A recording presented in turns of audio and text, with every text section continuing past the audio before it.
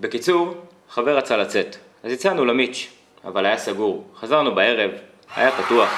ישבנו על הבר, הזמנו כמה צ'ייסרים, כמה בירות, וניגש אליי הברמן. יש לך חברה? לא. לא? בחורה שם שעה. ניגשתי. הייתי שיכור, שתקתי. היא דיברה הרבה. מה השעה? מה אתה עושה בחיים? הלכתי, חזרתי, נפגשנו במדרגות, לקחתי טלפון, הכרנו, חפרנו, שכבנו, אפילו התאהבנו. פגשתי את אמא שלה, אח שלה, אחותה, ואפילו את אבא שלה. עבר בשלום. יצאנו לחופשות, פעם אמסטרדם, פעם יוון, צימר בצפון, צימר בדרום, וילה עם מלא חברים, 3 סילבסטרים ומלא חגים ביחד. היה כיף סך הכל, ויקר. יום ההולדת, 2 מסיבות הפתעה, כי חייבים, 1,000,000 סרטים וג'חנו של שבת. אימצנו כלב, איבדנו אותו. בינינו, הוא היה חופר.